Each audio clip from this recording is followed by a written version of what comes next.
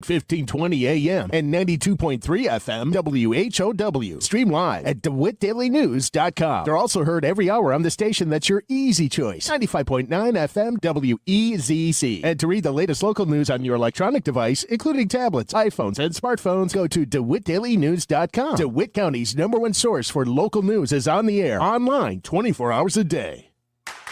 Scott Baum here from Baum Chevrolet Buick in Clinton. Search our big selection of pre-owned cars and trucks by clicking our icon at DeWittDailyNews.com. Dr. Bradley Grant here from Mid-State Eye in Clinton. If you have unused eye care benefits, now's the time to schedule an appointment with us before the end of the year. Click our icon at DeWittDailyNews.com.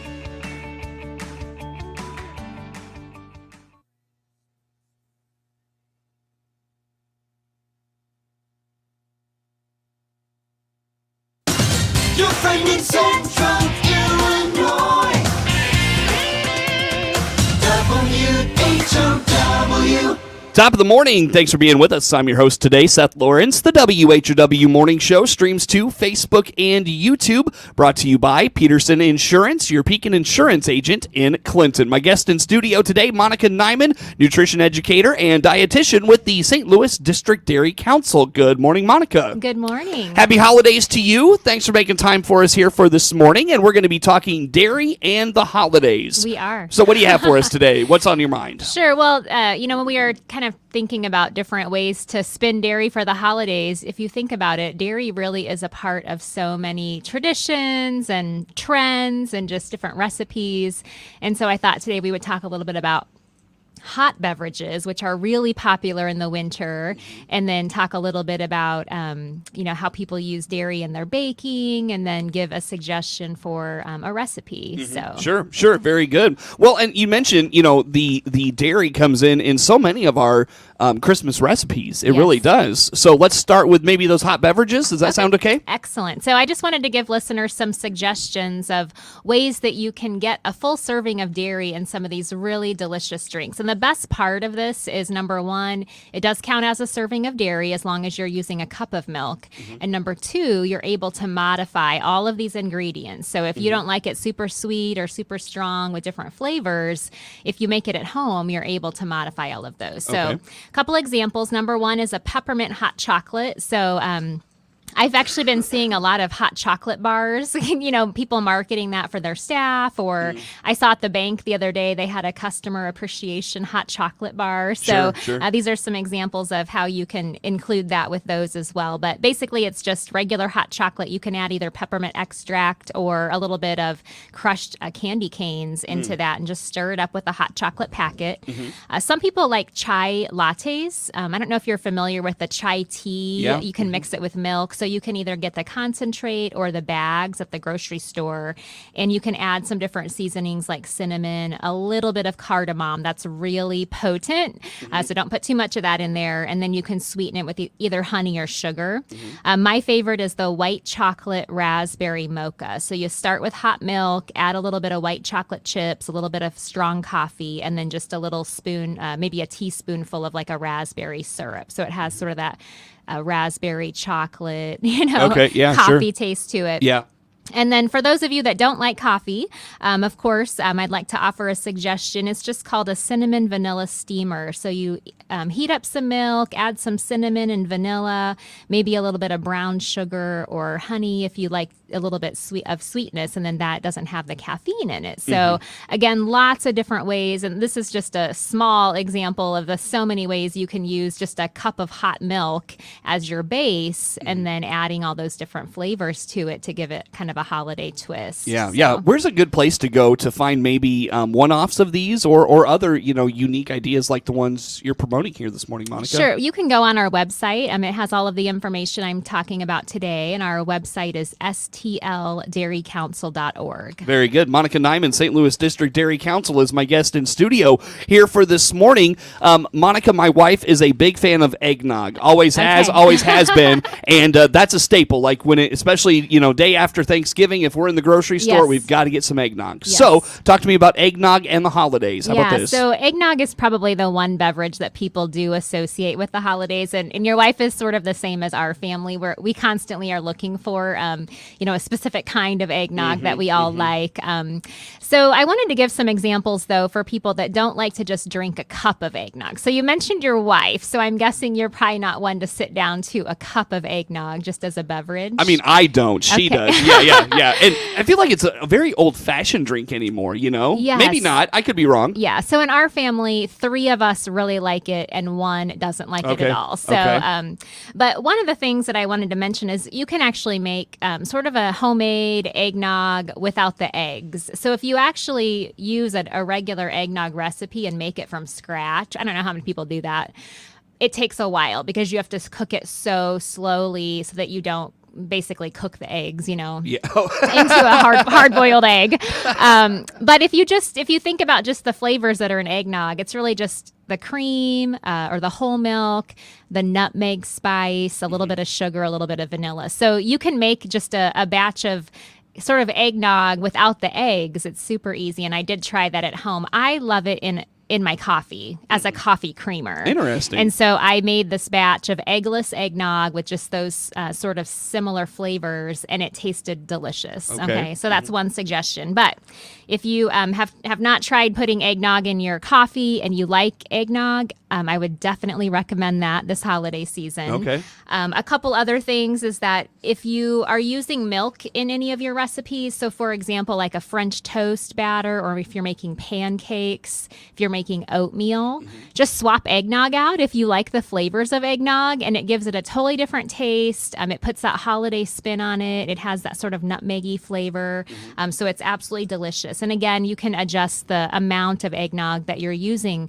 Maybe mix it half and half with milk if you want to. You can experiment with that. But there's a lot of ways that you can use eggnog in the kitchen in your cooking without just drinking a cup of it. Okay. Very good. Very good. Anything else with eggnog in the holidays, and obviously incorporating dairy into that? Yeah, just it's a kind of, it has a dairy base to it. It does have more calories, of course, because it has sugar in it. But again, if you want to try to make it half and half, or even if you dilute it half and half with milk to drink a cup of it, you're still saving some calories. Sure, so. very good, very good. We mentioned that dairy is such an instrumental part of the holiday season, and I think of baked goods. Yes. The things we bake with, and using a lot of milk and butter and those sorts of things. Let's talk about that next, Yeah, Monica. absolutely. Well, I wanted to ask you though, when it comes to the holiday season, do you have any traditions of baking or things that maybe your wife makes or your family makes that you used to have when you were a kid? The chocolate covered pretzels. Okay. Like we'll get the round ones and then put like some dark chocolate or white chocolate and then put an M&M in the middle. Okay. So those things. We've done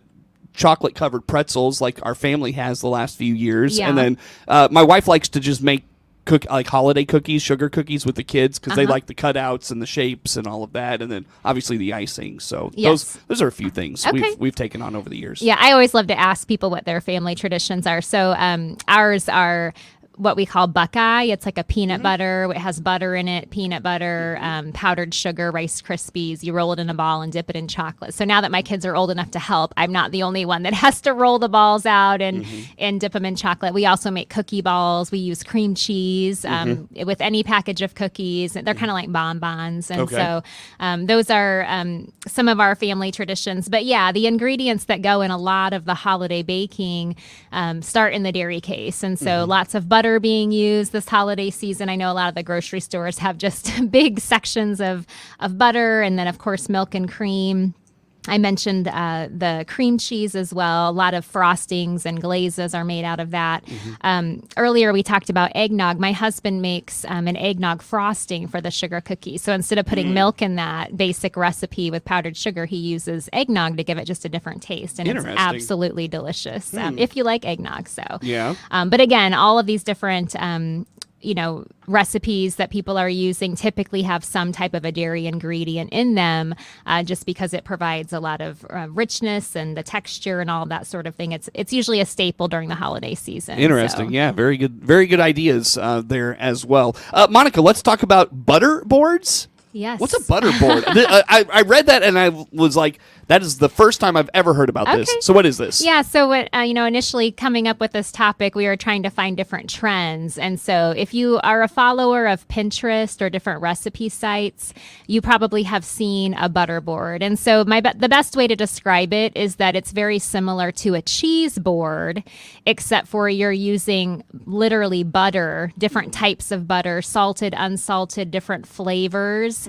And then you're pairing it with actually a lot of the similar things that you would put on a cheese board for your guests to be able to sort of mix and match. So you're going to be serving, different types of breads and crackers. And so they're using the butter to spread on there and enjoy with all of the other different flavors. So they're called butterboards. Our recipe is called an enticing butterboard. So basically, you start with picking a couple different types of butters that are in the grocery store. You'll be surprised if you haven't looked for specific flavored butters before. You'll be surprised they're out there. There's a lot of stuff in sort of that butter section. So I mean, I know in the fall, apple butter's real popular. That's sort of kind of cinnamon butter as well. Yeah, but you can make a lot of those on your own. So you can put garlic in it. You can put cinnamon and honey in butter. Some restaurants serve that with their rolls. Oh, sure. So it's kind of the similar thing. It's just different types of flavors. Gotcha. And then you just, on your tray or your board, you add some honey or jams, different types of herbs, bread crackers, nuts, fruits. You can put vegetables on there. So it's just like a cheese board. It's just whatever you have in your refrigerator. Just a butter board just sounds weird. I don't know. That just sounds weird to me, I guess. It's kind of like an appetizer. So you'd spread your butter on your bread and pair it with maybe some grapes or something like that. That makes a little more sense. Yeah, it just makes it a little bit more festive instead of putting out just a stick of butter on your table. I guess is the best way to describe it. That is a good way to describe it. Very good. Very good. Anything else on that one, Monica, before we I just wanted to mention that recipe, the enticing butter board, if you're interested in making that for your upcoming holiday season, is available on our website. Again, that is stldairycouncil.org. Very good. Well, Monica, let's take a break here and come back with some more with Monica Nyman, St. Louis District Dairy Council, our guest in studio. More to come with her on the WHOW Morning Show.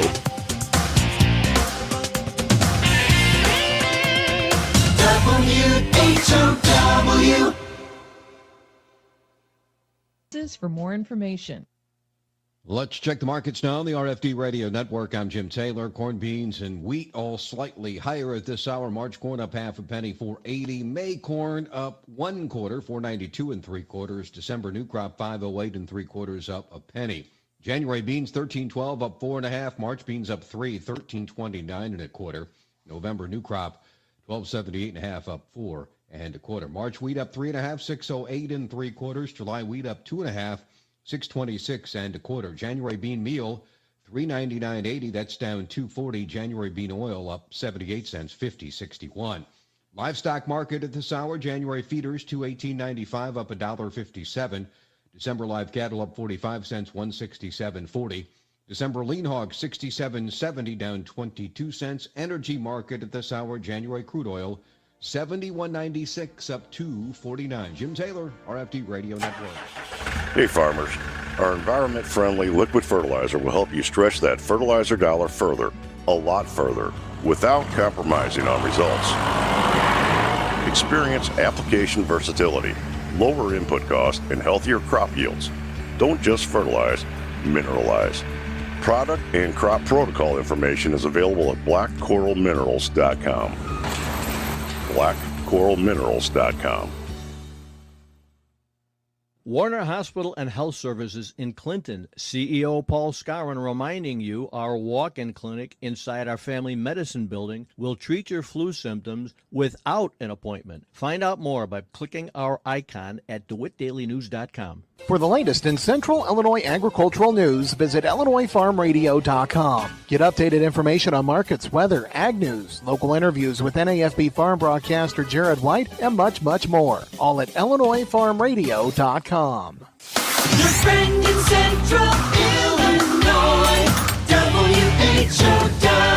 WHOW. Once again, a good morning. Thanks for being with us. I'm your host today, Seth Lawrence. The WHOW Morning Show streams to Facebook and YouTube, brought to you by Peterson Insurance, your Pekin Insurance agent in Clinton. Again, my guest in studio today is Monica Nyman with the St. Louis District Dairy Council. And Monica, let's talk about just staying healthy this holiday season. Of course, we talk about all these great sweet treats and the things we can all make. Sometimes not always the best for us. So let's talk about being healthy and just kind of eating well this holiday season. Sure. As a registered dietitian, I always tell people the holidays is not really a time to set specific goals and maybe try to lose weight or things like that. It's more about just maintenance and balance and just sort of enjoying the parties and the family events that you have. But there are some tips I wanted to give listeners today just to kind of get through the rest of the holiday season, because it tends to be a little bit of a challenging part of the year for many. The first thing would be just try to plan ahead. If you're going to a holiday party or having a big meal, maybe don't go out for lunch and overeat, the rest of the day and things like that. So you can always kind of think about what your week's going to look like, what your day is going to look like. Try to keep in mind portion control. I know for me, it's like if I have a really large plate, I just put more food on it. If I have a smaller plate, I put less food, but I'm still satisfied, So just really trying to pay attention to how much of your favorite foods that you're really having. Staying hydrated is super important. A lot of times people will confuse thirst for hunger. And so carry that water bottle, keep it around. I know it's harder for me to drink a lot of water in the winter when it's cold out, but just trying to find strategies to help get that fluid in so that you stay hydrated. We talk about prioritizing protein. Of course, dairy foods give you 8 grams per serving. That helps keep you fuller for longer. It helps, satiety and things like that. So making sure that you're having some protein with each of your meals.